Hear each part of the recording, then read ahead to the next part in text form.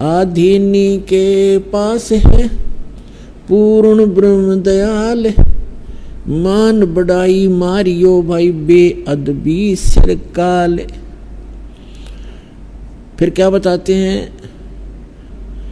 विभीषण का भाग बडेरा, दासातन आया तिस नेड़ा, दासातन आया बिस्वे बीसा, जाको लंक दई बख्शीसा। ऐसा दासातन है भाई, लंक बकस्त्या देर न लाई। है। अब देखो, हम निमित्त बना देते हैं, राम ने विभीषण को राज दे दिया। राम ने विभीषण को क्यों दिया और को ना दिया? क्योंकि विभीषण परमात्मा की सतभक्ति कर रहा था और वहां की जनता को एक अच्छे राजा की आवश्यकता थी जो भगवान से डरने वाला हो। तो परमात्मा की भक्ति करता था सतपुरुष की विभीषण। तो सब माहौल, सब कारण करे करावे साइया, मन में लहर उठा और दादू सिर दर्जीव के वो आप बगल हो जा। तो यहाँ गरीबदास साहिब जी बता रहे हैं कि विभीषण का भाग बडेरा, बड़भागी था वो, जिसके दासातन आया तिसनेरा, उसकी अधीनी आई उसके अंदर। और कहते हैं दासातन आया विश्वे बीसा, अर्जा को लंक देई बख्शीसा। बख्शीश में मिली उसने परमात्मा की सतभक्ति करने से। ऐसा दासातन है भाई, लंक बख्शते वार न लाई। अगर यहाँ के संसारिक सुख भी तुम चाहो हो तो भी परमात्मा कहते हैं जयतन राजपाट भी चाहिए, हमरा इधर ले ध्यान। लेकिन ये राजपाट आपके जीवन का दुश्मन है। यहाँ तो गरीब बनकर रहना पड़ेगा, इच्छाओं का नाश करके जीना पड़ेगा। एक सारी सृष्टि का संचालक सबको, राजा को भी वही दे रहा है उसकी किस्मत अनुसार, और वो एक झोपड़ी में बैठ के दुल्हे का काम किया करता था। वो पागल थोड़ा ही था।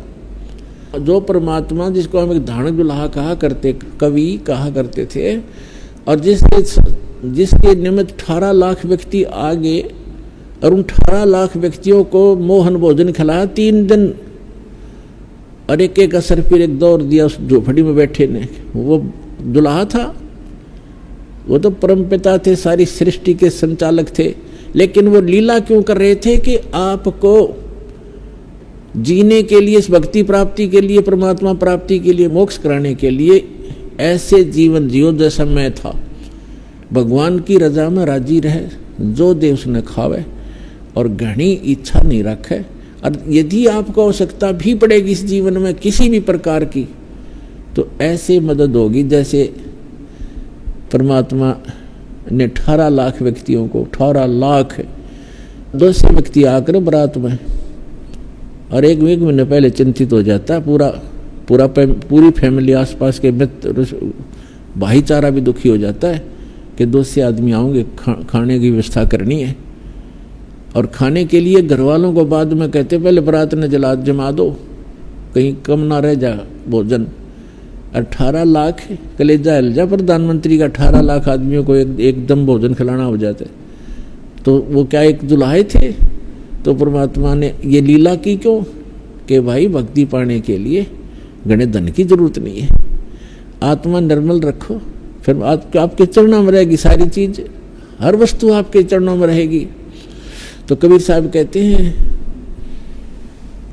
कबीर सब जग निर्धना, धनवंता ना कोय, धनवंता सो जानियो जिस पर राम नाम धन होए।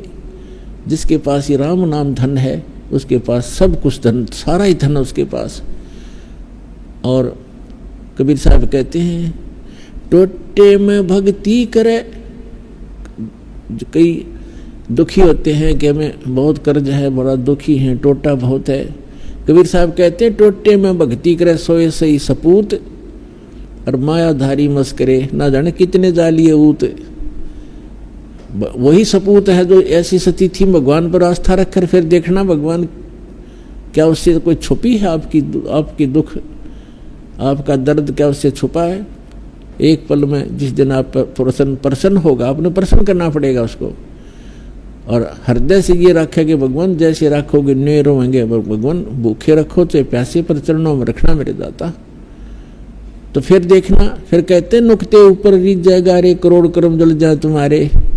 जिस दिन आपकी समर्पित भाव हो जाएगा भगवान के प्रति, फिर देखना आप सोच भी नहीं सकते इतने सुख देगा भगवान। तो पुण्यात्माओं, आपका सौभाग्य है कि आपको ये स्थान मिला, सच्चा भगवान मिला, सच्चा नाम मिला। अब इसको बना के रखना, इस भक्ति को बर्बाद ना होने देना। जैसे माता गर्भ को रख यत्न बना और ठेस लगे तो छिन्न हो तेरी ऐसी भक्ति जा। अब ये परमात्मा कहते समझा है तो सिर दर पाओ, भौर नहीं रे सादा। बोलो सतगुरुदेव की जय।